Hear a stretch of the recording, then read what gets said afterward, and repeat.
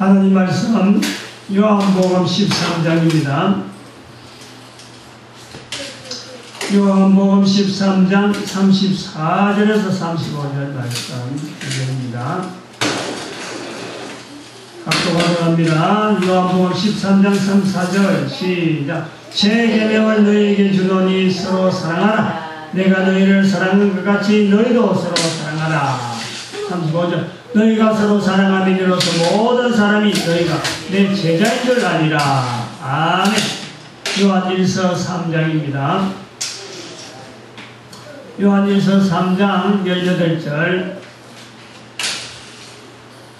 시작. 자녀들아 우리가 말과 혀로만 사랑하지 말고 오직 행함과 진실함으로 하자. 아멘. 내려가서 하겠습니다.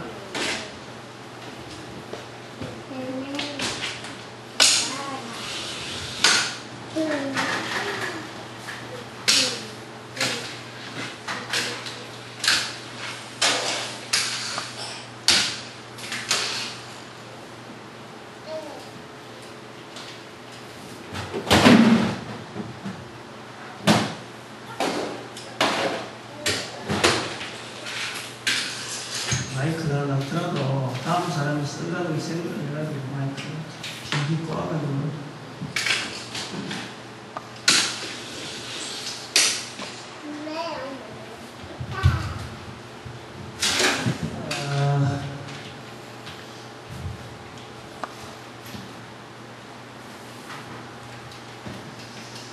육십선 선고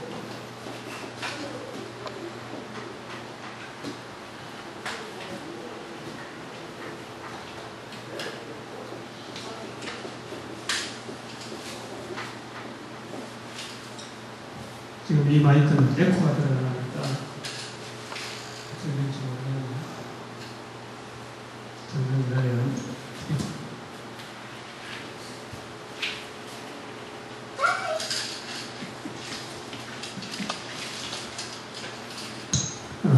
하나, 둘.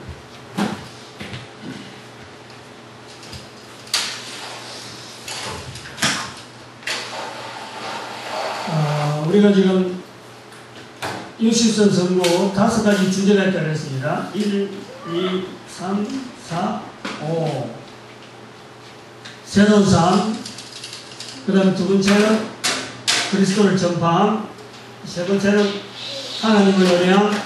네 번째는 그리스도의 제자의 자격. 다섯 번째는 그리스도를 닮아가. 그리스도를 닮아가 그랬습니다. 우리가 식물을 비유했습니다. 싹이 씨가 땅 속에 있을 때를 1번 그리스도를 새로운 삶에, 그 다음에 이게 이제 싹이 나서 기둥이 되어 간다 그랬어요. 기둥이 되어 갈 때 2번 그리스도를 전파함. 그 다음에 세 번째는 하나님을 의지함. 가지가 나야 되니까 세 번째 하나님을 의뢰함. 네 번째는 이 꽃이 피어야 된다. 열매는, 식물은 어쨌든 열매를 맺어야 되니까 꽃이 피어야 된다. 이 네 번째 그리스도의 제자의 자격. 이 다섯 번째는 이제는 열매입니다. 열매. 땅에 떨어진 씨도 사실은 하나의 열매였습니다. 열매가 땅에 떨어져가지고 다시 이제 싹이 피어서 기둥이 되고 또 줄기가 나와서 꽃이 피고 열매를 맺는 거예요. 그러니까 모든 식물은 열매에서 시작해서 열매로 마치는 거예요. 열매. 하나의 어떤 이 환이죠, 환. 이 돌아가는 거예요. 이렇게. 열매 시작해갖고 이렇게 자라가서 다시 열매를 배하고 다시 또 떨어져서 열매에서 계속 번식하면서 이게 계속 되는 거죠. 계속 지속성. 지속성이 있다. 즉 식물은 이 열매라는 것이 이 필수입니다. 식물의 번식, 식물의 종족 번식이라는 것은 반드시 열매가 있어서 열매를 통해서 식물이 번속되어지고 계속되어진다. 그런 하나의 과정을 이런 60선 선구를 여기다가 맞춘 겁니다. 그래서 모델화. 육신선 성부 자체를 어떻게 암송할 건가? 육신선 성부 자체를 모델화해서 이게 식물을 모델했다. 모델했고 각 주제마다는 이제 여기서 첫 번째 주제를 보고 여기 두 번째 주제, 가지에서 세 번째 주제, 꽃에서 네 번째 주제, 다섯 번째는 그리스도를 닮아가 마지막 열매. 오늘은 이제 다섯 번째 그리스도를 닮아가면 다섯 번째 주제 5에 그리스도를 닮아감입니다. 즉 이것은 이게 바로 열매라는 거예요. 열매. 다른 말로 하면은 인생에도 열매가 있죠. 인생에 삶에도 열매가 있습니다. 인생의 모든 사람에게 다 열매가 있어요. 뭐냐? 그것이 자손이 자손. 식물에게도 열매는 씨앗이 되듯이 우리 인생에도 열매는 바로 자손입니다. 자손. 그래서 이 주제 다섯 번째 주제 그리스도를 닮아감 하는 저 부분을 마지막 부분에 이제 열매라라는 것을 우리가 염두에 두고 있는데 제가 이제 이런 고민을 해봤습니다. 이 다섯 번째에 있는 주제를 일단 6가지도 제목이 있거든요. 6가지 제목. 6가지 제목이 있는데 6가지 제목하고 연결되어지는 그림은 어떤 모양이 되고 그래서 이것을 열매를 할 때는 어떻게 하면 좋을까?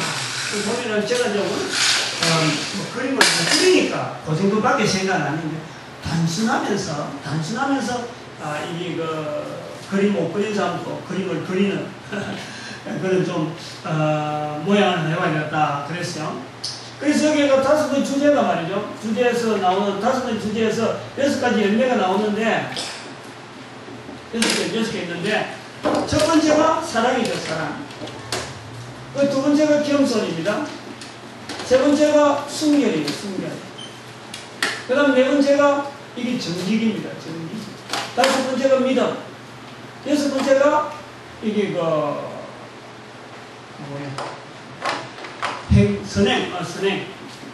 선행이었습니다. 전해되는 거. 그럼 이런 건 이 단어라서 이거는 정말 암송하기 힘든 거예요. 단어는 뭐 새롭게 생각하면은 연상을 하잖아. 새롭게 사는 거는. 근데 단어가 6개 있으면요. 이 앞뒤 순서가 떼우기, 참 갖다 붙이기 힘이 들어요. 그래서 그런 고민하다가 어떻게 하면 좋을까 이래 볼 때 항상 첫 번째 나온 이 제목, 첫 번째는 모든 주제의 첫 번째 나오는 제목이 그게 그 주제의 핵이거든. 핵. 제목이지만 그 주제를 이끌어 나가는 핵이 바로 그 첫 번째 나오는 겁니다. 그래서 이 사랑이라는 것을 하나의 중심으로 잡고 설명을 해야 되겠다. 그래서 어떻게 하냐면 이랬습니다. 그림을 이렇게 그렸어요. 사랑, 첫 번째 사랑. 그 다음에 이 사랑이라 사랑. 겸손한 사람. 응? 이 겸손. 그 다음에는 이 순결한 거예요. 손이 깨끗한 거예요. 깨끗한 게 순결. 그 다음에는 이 사랑이 정확하게 내려가야 되니까 이 정직이라. 사랑의 그 발걸음은 믿음의 발걸음이 되어야 된다. 응? 믿음의 발걸음. 이게 믿음. 믿음을 하면 반드시 향내가 납니다. 향내. 발걸음을 긋고 발자취가 나는 거예요. 그 발자취를 향이라고 하고 이걸 선행이라 이렇게 봤습니다. 그림을 이제 설명하는 게 주제 다섯 번째 주제에 대한 그림을 닮아감. 그 손이 좀 일할 때는 좀 그런 손이 같이 안 들어가네. 또 들고 하는 거 그럴 때는 좋은데 소리가 날 때는 내가 소리 나올 때 같이 소리 나요. 그리고 조금 자세히 보면 말이죠. 이런 그림을 그렸는데 왜 그러면 이렇게 그림을 그렸을까? 여기에 사랑이라 그럴 적에 말이죠. 그리스도를 닮아가 하는데 표태가 마이크 안 돼요? 이제 이 표태가 그리스도를 닮아감 할 때 첫 번째 주제가 사랑이라고 할 때 이 사랑은요 사실은 예수 그리스도 나타내는 게 아닙니다. 표태가 있는 거예요. 표태. 하나님입니다. 하나님. 예를 들어서 요한일서 4장 8절이라든지 16절에 하나님은 사랑이시다. 하나님입니다. 이 사랑은 성부 하나님을 나타냅니다. 또 이 겸손은 바로 예수님이 겸손입니다. 역시 요한복음 15장인가 13장인가 12장이네. 요한복음 12장. 요한복음 12장 15절. 같은 요한복음입니다. 같은 요한. 요한복음 12장 15절에 바로 예수님이 왕이 나귀 새끼를 탔다. 그래서 왕이 나귀 새끼를 탔다. 그러니까 스가랴 9장 9절에는 왜 나귀 새끼를 탔느냐 설명을 했는데 겸손하셨어. 겸손하는 것을 예수님의 겸손의 모습을 왕이 나귀 새끼를 탔다. 요한복음 12장 15절에 그랬고 요 인용되는 구절이 바로 스가랴 9장 9절인데 겸손하여서 왕이 나귀 새끼를 탔다. 이렇게 되어 있습니다. 이거 예수님을 말씀합니다. 성경은 이것은 또 요한복음에 여기 요한복음 15장 요한복음 15장 26절에 바로 진리의 성령 진리의 성령입니다. 진리의 성령. 순결한 것은 이건 변함없이 지속함 없이 오직 하나 주어진 것 그거 하나를 위해서 나아가는 그 진리의 성령 이 순결한 모습. 그래서 요한에 대하고 사랑, 성부 하나님, 겸손, 성자 예수님, 순결, 성령 하나님의 삼위 하나님에 대한 품성을 위쪽에다 표시했습니다. 위쪽에 표시했습니다. 그리고 이 내용이 하나님의 사랑이 정확하게 변함없이 정직하게 사람한테 인도되게 되는 사람한테 연결되는 그게 정직이라 정직. 하나님의 사랑이 정확하게 사람의 행적, 사람의 걸음에서 나타나야 되겠다. 그래서 이것을 정직이라는 통로를 통해서 사람에게 전달되어야 됩니다. 그럼 이거는 그러면 믿음의 발걸음입니다. 발걸음. 사람이 걷는 이 믿음은 사람이 걷는 발걸음은 바로 믿음은 나타내야 돼. 믿음은 움직이는 거지. 믿음이 가만히 있는 게 믿음이 아니에요. 내가 믿습니다 하고 가만히 있는 게 아니에요. 믿음은 행복. 믿음은 분명히 보여야 돼. 행하는 믿음. 그래서 이 믿음을 발로 걷는 거로 했고 걸러고 나면 반드시 남는 발자국, 향기, 향치, 뭐 이렇게 볼 수 있는 선행. 이렇게 해서 우리가 6가지 제목에 대한 설명을 한번 해봤고 이것을 또 그림으로 그려보면은 윗부분은 성삼위 하나님에 대한 것, 밑으로 6가지는 사람들의 그 발걸음에 대해서 사람들의 반응에 대한 걸 나타낸다. 그러면은 이걸 하나 그림으로도 한번 그려봤어요. 이렇게 그림을 그려봤습니다. 요 안에가 제 안에 합쳐지는데 여기 예수 그리스도 십자가 그리스도를 닮아가. 여기가 우리가 사랑 안에서 연결되는. 그 다음에 여기가 겸손, 여기가 순결. 나머지 요 세 개는 뭐 여기가 되고 저기 되고 어디든지. 자, 어떤 요거는 정지, 믿음, 선행. 그리고 이거는 서로 번갈아 가는 거예요. 어떻게 하는 거예요? 우리가 보통 믿음 생활하면서 교회 생활하는데 우리가 열매를 어떤 믿음의 열매 그 사람에 대해서 알아볼 때는요 항상 요 세 가지에서 나옵니다. 그 사람의 삶이 어떻느냐? 그 사람은 정직하게 살았다. 그 사람 믿음이 좋았다.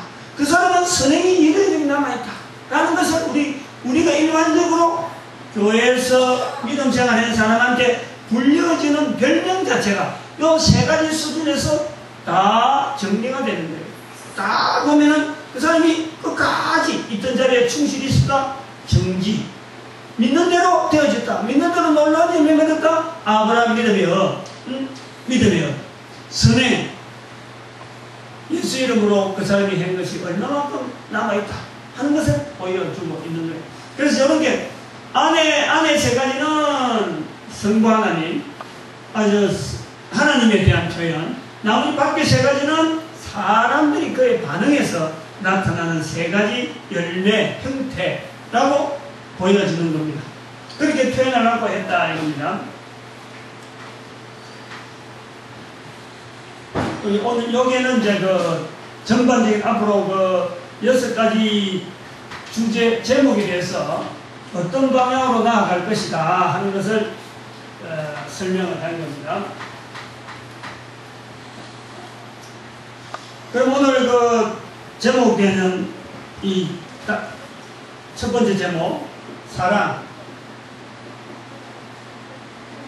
아까 우리 그 성경 사랑이 첫 번째 뭐였습니까? 요한복음 13장. 요한복음 13장 34절에서 35절. 이 말씀이 중요한 것은 바로 새 계명이라고 그랬거든. 새 계명. 요 내용보다도 저는 요한 1서 3장 18절을 3장 18절을 먼저 이 성경, 이 사랑에 대해서 접근해 보려고 합니다. 형제들, 우리가 말과 혀로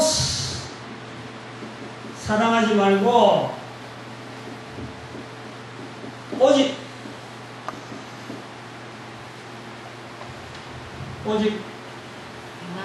행함과 진실, 행함과 진실함으로 사랑하자.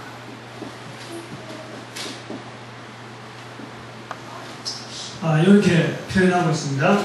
진실함을 하자 이랬어요.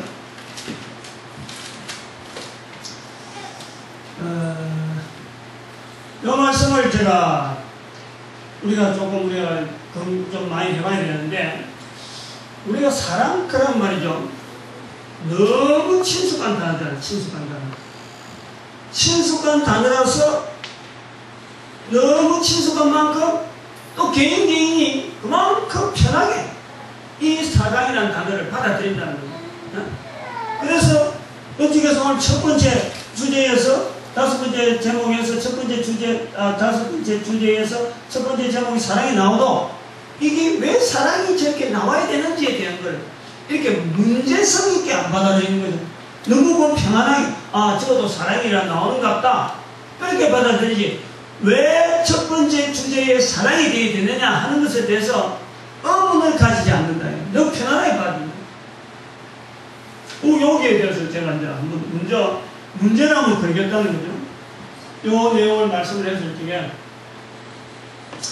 이 부분을 왜 말씀을 끄집어냈냐면, 지금 이것이 요한 일서니까 누가 말인 겁니까? 사도 요한이 말인 거예요. 사도 요한은 말입니다. 말과 혀로 사랑하지 말고 행함과 진실함을 하자 이랬어요. 사도 요한. 그러면은 사도 바울은 우리가 잘 아는 대로 고린도전서 13장 13절에 믿음, 소망, 사랑, 그 중에 제일은 사랑이다. 제일이다. 이렇게 했어요. 그리고 예수님은요, 새 계명이다. 새 계명. 서로 사랑하라. 이랬어요. 우리가 여기서 생각해 봐야 되는 게 뭐냐면, 예수님이 말씀하는 사랑하고, 사도 요한이 부르짖는 사랑하고, 사도 바울이 말하는 사랑하고, 이 사랑이 동일하냐? 동일한 거냐? 이걸 한번 우리가 고려해 봐야 돼. 사랑이라는 단어를 똑같이 썼다 그래서 예수님이 말씀한 사랑이나 사도 요한이 사랑하는 사랑이나 바울이 사랑하는 사랑이 똑같은 뜻으로 썼다. 그거는요, 안 맞는 거예요. 그렇게 이야기하면 안 맞는 거예요. 특정한 단어, 잘 안 쓰는 단어를 가지고 이 단어를 사용했다. 그 단어를 끄집어낼 때에는 공감된 그 폭이 아주 좁아요. 다시 말하면 많이 안 쓰는 단어를 사용했을 적에는 그 단어를 사용한 것에 대해서 이 폭이요 거의 그 일정하게 공감되어 줄 수 있는 것이 좁습니다. 결국 공감이 된다는 거예요. 흐트러지지 않는다는 거예요. 그게 사랑의 뜻이 막 있는 게 아니라는 거예요. 그런데 사랑이라는 단어는 워낙에 퍼져 있는 거예요. 워낙에 퍼져 있는 거예요. 워낙에 퍼져 있는데 사도 요한이나 사도 바울이나 예수님이나 다 같이 유대인입니다. 성경의 전체를 걸쳐서 있는 하나님의 인자하심, 하나님의 인애, 하나님의 인자를 다 같이 개념을 두고 헬라어로 사랑이라는 표현을 한다 하더라도 이 하나님의 인자에 대해서 이스라엘 백성들이 워낙에 많이 퍼져 있는 거예요. 그러니까 예수님이 말씀하는 서로 사랑하라는 것하고 사도 바울이 서로 믿음, 소망, 사랑할 때 그 사랑하고 사도 요한이 사랑하는 것은요, 이것은 우리가 볼 때 이렇게 잘 쓰지 않는 단어를 가지고 사용해 넣어서 그래서 의미를 서로가 맞추고 하는 거하고요, 이게 좀 다른 거예요. 워낙에 폭이 넓으니까 이 범위가 굉장히 늘어나는 거예요. 굉장히 늘어나는 거예요. 서로 사랑하라 하는 말씀은 즉 다르게 말하면 사도 요한과 사도 바울이나 예수님이 사랑이 전체가 안 맞을 수가 있다는 거예요. 그까지는 생각해요. 그런데 우리 성경에서는 서로 사랑하라 하는 말 한 마디 나온 것 같고 요한일서를 읽을 때나 요한복음을 읽을 때나 그 다음에 다른 복음서 읽을 때나 사랑이라는 말로 그냥 똑같은 걸 하면 착각이고 그런 개념을 가지고 여기에서 사랑을 이야기하면 여기에 사랑이 이야기하는 어떤 제일 중심에 제일 머리에 사랑이라는 단어를 쓴 이유를 우리는 그냥 간과해버리는 거예요. 그냥 피상적으로 알고 있는 대로 그냥 넘어가 버립니다. 그거를 지적하자는 그거를. 그러지 말자. 통일을 하자. 통일. 응? 통일하는 어떤 그 시간을 가지자. 성경에 있는 이 세 가지가 통할 수 있는 사랑에 대한 개념을 뭘 하면 좋을까? 어떻게 하면 이 사랑에 대한 이 첫 번째 주제를 나왔을 만큼, 그래서 아까도 말했지만 이 세 가지는 위에서 성부 하나님에 대한 것과 그 다음에 성자 예수님, 그리고 성령 하나님이란 위에 부분에 삼위 하나님에게 돌릴 수 있는 그 성품 중에 하나로서 사랑이라는 걸 끄집어냈을 적에, 만약 그렇게 그림을 그렸을 적에는 요 의미가 사람마다 다를 수 있다. 또 2000년 전에 한 그 사랑이 만약에 비슷하다 할더라도 지금의 우리 사랑하고는 전혀 안 맞아요. 그럼 2000년 전에 사도들이 있었던 그 사랑이라는 것도 갭을 우리가 좀 줄이고 예수님이 있었던 그 말씀 속에 우리가 들어가야 되고 또 우리가 사랑이라는 말을 쓰더라도 그게 굉장히 근접할 수 있는 그 뭘까? 사랑의 요소가 뭘까? 어떻게 하면 우리가 사랑을 정의를 할 수 있을까? 할 때 지난번에 우리가 제가 주일 낮에 이 사랑에 대한 설교를 하면서 본문서 13장 13절을 갖고 하면서 사랑을 형이상학적으로 우리가 해석하자 그렇게 한번 말씀을 한 적이 있습니다. 이 단어가 워낙에 그 다양한 어떤 변수라 할까요? 워낙 다양한 환경에서 워낙 폭넓게 사용하기 때문에 여기에 대해서 정말 성경이 원하는 쪽으로 우리가 고민하고 하는 그런 내용이 뭘까? 그랬을 때 우리는 이 사랑을 느끼는 것이다. 이 단어 속에 우리가 포함시키죠. 하나로 사도 요한이 사랑이라고 한 것이나 사도 바울이 사랑이라고 한 것이나 예수님이 사랑이라고 했을 때 또 구약에 있는 모든 것에서 인자라고 하는 인내하심이라고 할 때 그 하나님의 사랑에 대한 우리가 깊이를 또 2000년에 한 거지만 지금 우리도 똑같이 우리가 이 하나님의 사랑을 우리는 어떻게 표현하는가? 이 사랑이라는 것을 느끼는 것이다. 뭘 느끼느냐? 하나님을 느끼는 것. 하나님을 느끼는 것을 우리는 사랑이라 하죠. 사랑. 그 사랑이라는 것이 사람마다 달라요. 이게 지식적으로 설명을 하려고 하면 끝이 없습니다. 단어적으로 하면 끝이 없습니다. 그러나 느끼는 것이라는 것은 감정적인 부분이에요. 감정. 감정은요, 예수님 시대 때나 지금이나 그 시대에 살았던 사람이나 우리가 똑같은 감정을 느낄 수 있는 하나의 통로가 있는 거예요. 그 감정 부분에 손을 대는 거예요. 사랑이라는 것은 하나님의 실체적인 하나님에 대한 것을 사랑이라는 것을 통해서 내가 하나님의 사랑, 그것은 바로 손에 안 잡히는 게 아니고 내가 느끼는 거예요. 내가 확인할 수 있는 거라는 거예요. 설명은 혹시 서툴지는 모르지만 내가 느끼는 거예요. 사도 바울도 하나님의 사랑을 느껴서 그래서 사랑이라는 표현을 했고, 또 사도 요한도 하나님의 사랑을 느껴서 그래서 사랑이라는 표현을 했다. 그리고 예수님도 하나님 아버지에 대한 사랑을 자기가 느끼기 때문에 그 느낌을 통해서 하나님의 사랑 안에서 우리 같이 새 계명 안에서 하나로 통합시키자는 뜻으로서 우리가 사랑이라는 개념을 느끼는 것으로 받자라고 설명을 하고 싶어 합니다. 그래서 이 하나님의 사랑은 느끼는 건데, 이 하나님의 사랑을 느끼는 것을 말로, 혀로 이야기를 하려면요, 끝도 없는 거예요. 온 세계 67억 인구가 하나님의 사랑에 대해서 이야기를 하려면 느끼는 것이다 라고 우리가 단정하고 하려고 했는데, 만약 그걸 말과 혀로서 이야기를 하려면, 여기 있잖아요. 말과 혀로서 이야기를 하려면 끝이 없는 거예요. 끝이 없는 거예요. 안 되는 거예요. 어떤 사랑이 사랑인지를 알아낼 수가 없어요. 여러분 한번 보시면, 요거는 좀 이야기가 좀 다릅니다. 두 사람이 있어요. 두 사람이 주고받는 사이에서 사랑 이야기를 이래 주고받는 거하고, 이야기는 똑같은 사랑이라는 단어를 알 수 있어요. 단어를 갖고 말로 한다고, 말로. 근데 이 사람이 여러 청중들이 있는 데서 이 사람한테 이야기하던 내용 그대로 이 사람이 말하는 사람이니까 똑같이 이야기를 했을 적에 사랑이라는 말 한마디를 갖고 하지만 듣는 사람마다 이 개념이 다 틀립니다.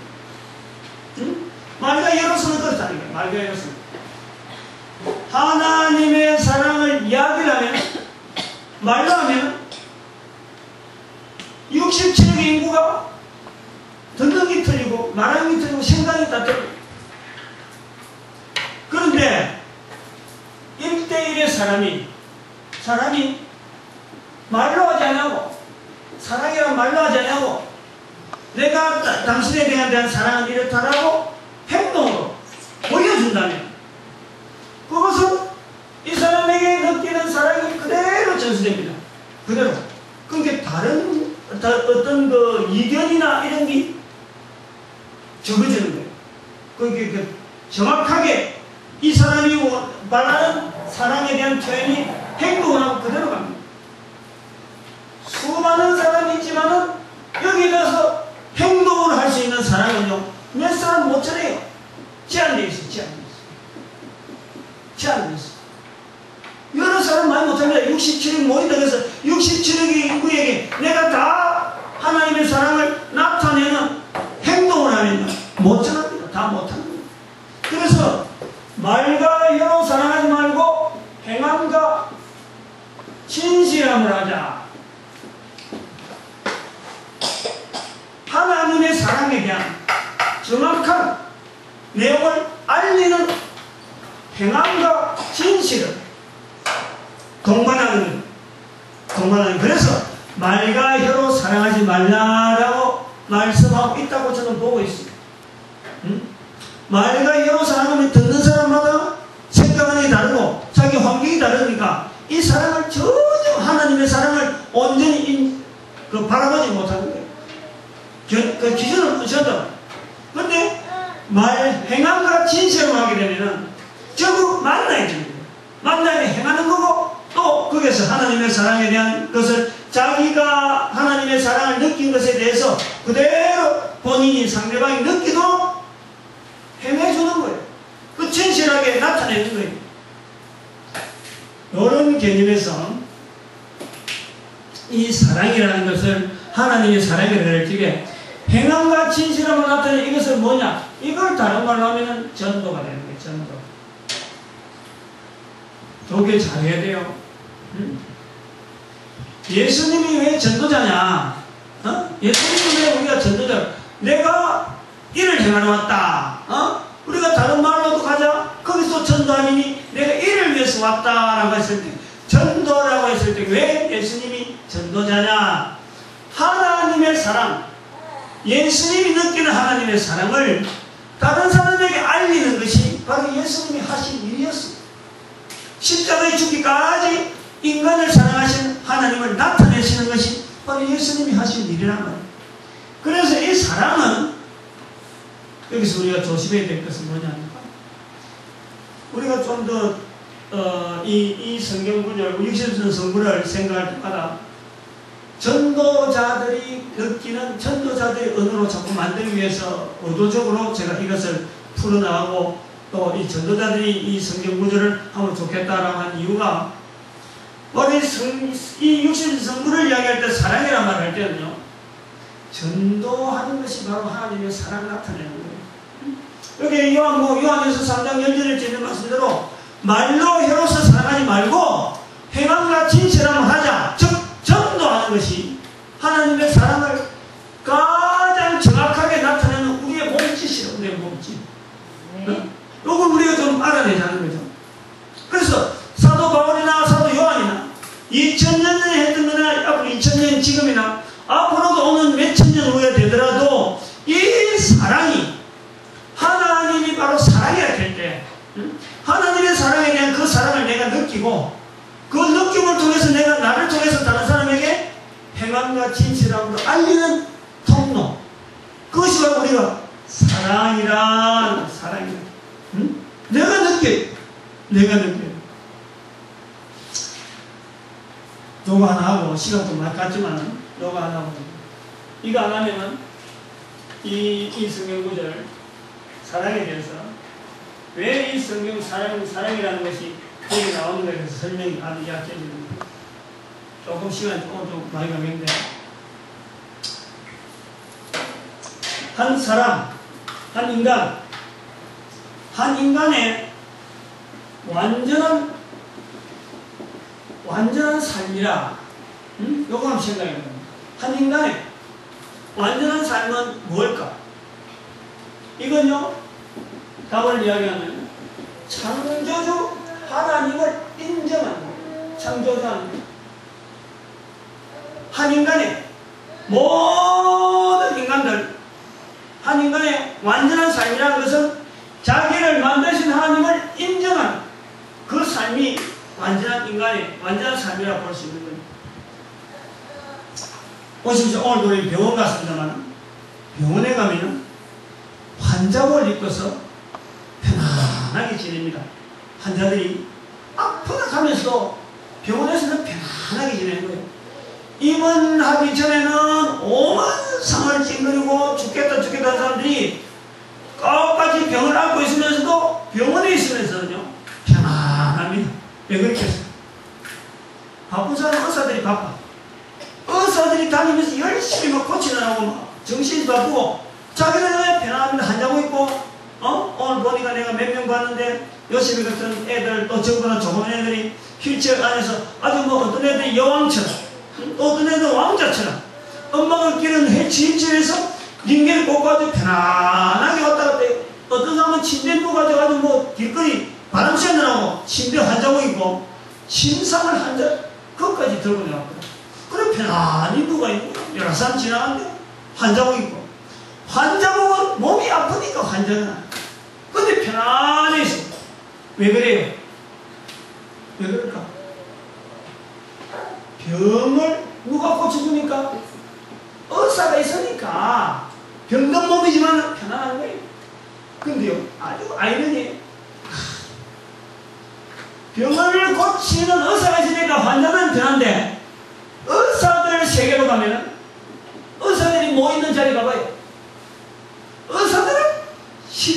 오만상을 다 찍어놓았어요. 긴장. 여기는 평안. 환자들은 평안합니다. 의사들은 긴장한 거예요. 점심을 먹어도 제대로 못 먹더라고. 내가 오늘 그 의사들 모이는데 잠깐 뭐 다른 사람 별로 안 가지고 그러면 참 본답니다. 의사들이 그늘에서 우리 점심에 갔는데 그늘에서 점심 먹고 커피 한 잔 마시고 있는데 얼굴들이 그 5명 6명이 서가고 그늘에 서가 있는데 얼굴들이 평안이 없어요. 긴장해. 다시 말하면 병이 얼마나 지독하게 길죠. 오진하기 쉽죠. 그리고 어수량이 한도 없이 늘어져. 자기가 맡은 분야를요 조금만 실수해버리면요 실수 덩어리야. 실수 덩어리. 기계를 다뤄야 되지. 의학기술은 서적은 막 한수 막 나오지. 정보는 막 어마어마하게 빠르지. 한 사람이 의학대학 다니면서 배울 수 있는 학문의 범위가 제한되어 있는 거야. 잠 안 자고 24시간 풀로 공부해도 다 못 배우는 거야. 그래서 잠자면서 시험에 겨우겨우 패스해갖고 실제로 인체를 가지고 막 다루는데 실수가 안 나타날 수가 있나요? 기계는 막 기계가 자체도 뭐 제대로 안 되는데 그렇게 얼마나 불안하겠어. 실제로요 병 고치는 의사는 굉장히 긴장해요. 그런데 그것도 모르고 환자들은 평안한 거예요. 병은 누가 고칩니까? 저 시끄럽습니까? 병 누가 고쳐? 여봐, 귀인에 데려가려고 하는데 하나님이 고치도록 인간의 몸을 만들어 놓은 거예요. 그걸 알고 병원에 있으면요 의사들보다도 오히려 몸을 만드신 하나님을 더 의뢰합니다. 만약에 그 사람들이 병원에 누워 있는 사람들이 의사들 모였을 때 그 표정을 봤더라면요 절대 그 사람들은 환자복이고 평안할 수가 없습니다. 평안할 수가 없습니다. 그래서 우리 인간의 완전한 삶이라는 것은 창조주 하나님을 인정하며 사는 것이요. 그게 인간으로서 완전한 삶입니다. 완전하게 내 나라에도 내가 이 땅에 있는 이유에 대해서 하나님은 너무너무 정확하게 나에 대해서 알고 계시고 내가 아플 때는 아픈 대로 이유가 있고 몸이 건강할 때는 건강할 이유가 있고 내가 뭔가 잘 될 때는 잘 된 이유가 있고 못 될 때는 못 되는 또 이유가 있는 거예요. 그것이 다 하나님 앞에 하나님께서 나를 이렇게 하신다 하는 것으로 우리에게 창조자를 인정하는 것이요 얼마나 큰지 몰라요. 큰 진 여호와를 인정하는 것이 여호와를 인정하는 것이 지혜의 근본이 될 수 있어요. 그 지금 그만큼 하나님을 인정하는 것이 얼마나 큰 평안인 거예요. 그렇게 보십시오. 완전한 삶이 한 인간으로서 완전한 삶이 창조주 하나님을 인정하는 건데요. 두 번째 성도로서 완전한 삶. 완전한 삶. 누가 모든 사람에게 통용되는 거면 성도로서 완전한 삶은요 여기에 바로 핵이 있는 거예요. 하나님의 사랑을 어떻게 많은 사람들이 알릴 거냐, 누구를 통해서 알릴 것이냐. 하나님의 사랑은 그게 성도라. 성도 완전한 삶은 하나님의 사랑을 알리는 통로. 요것이 돼야 완전한 삶이 되는 거예요. 그래서 이거는 우리가 여기서 창조사를 인정하는 것 자체가 우리가 구원이라 볼 수 있어.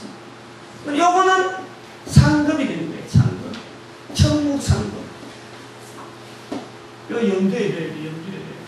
우리가 이 땅에 사는 것이 그냥 100년, 200년 그냥 천당 가기를 위해서 사는 건 절대 아닙니다. 천당에서 주어져 있는 영원한 상급이 있다. 영원한 상급. 바로 영원한 상급을 주어지는 그 도구가 뭐냐? 영원한 상급을 왜 주느냐? 하나님의 사랑을 알리는 거예요. 알리는 거. 하나님의 사랑을 잊고 있으면서도 하나님의 사랑을 인정하지 않는 사람들에게 하나님의 사랑을 알리는 거니까 실제로는 쉬운 거예요.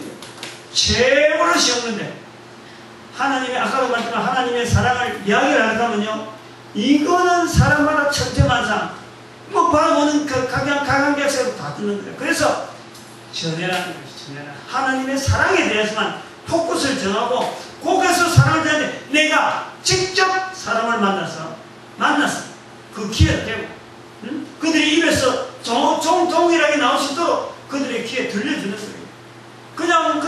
그냥 공중에 서서 막 전파하는 식으로 듣는 사람 듣더니 말하는 사람 말아라 이런 게 아닙니다. 들은 말 그대로 그 입에서 나올 수 있도록 전하는 거예요. 그게 전도예요. 전도.